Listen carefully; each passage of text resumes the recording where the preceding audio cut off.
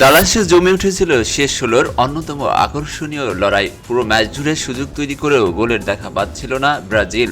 সেই সুযোগের অপচয়ের শাস্তি দিয়ে শেষের দিকে আর্লিং হালান্ডের জোড়া গোলে এগিয়ে যায় নরওয়ে। যোগ করার সময়ে নেইমারের প্লান্টি থেকে একটি গোল শোধ করলেও সেটি শুধু সান্ত্বনা বৃদ্ধি করেছে সেলেসাওদের। ম্যাচের ৭০ মিনিটেই এগিয়ে গিয়েছিল নরওয়ে, তবে অফসাইডের কারণে সোলরথের গোলটি বাতিল হয়ে যায়। ১৪তম মিনিটে প্লান্টি পায় ব্রাজিল, তবে গিমারেসের নেয়া প্লান্টি দারুণভাবে ঠেকিয়ে দেন নরওয়ের গোলকিপার নিল্যান্ড। প্রথম হাফে দুই দলই কিছু গোলের জন্য শট নিয়েছিল, তবে দুই দলের গোলকিপার ছিলেন অসাধারণ।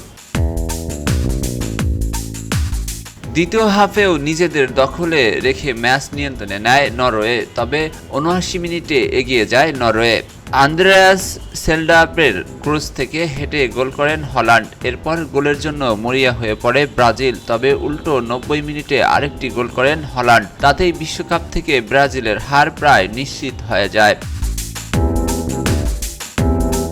নির্ধারিত সময়ের পর ৬০ মিনিট যোগ করা হয়, তবে পঞ্চম মিনিটে প্লান্টি পায় ব্রাজিল। তা থেকেই গোল করেন নেইমার, তবে তখন অনেক দেরি হয়ে গিয়েছিল। এরপর ম্যাচ শেষে বাঁশি বাজায় রেফারি। এরপর কান্নায় ভেঙে পড়েন ব্রাজিলের সমর্থকরা। এই হারের ফলে এখন পর্যন্ত নরওয়ের বিপক্ষে জয় পাওয়া হলো না ব্রাজিলের।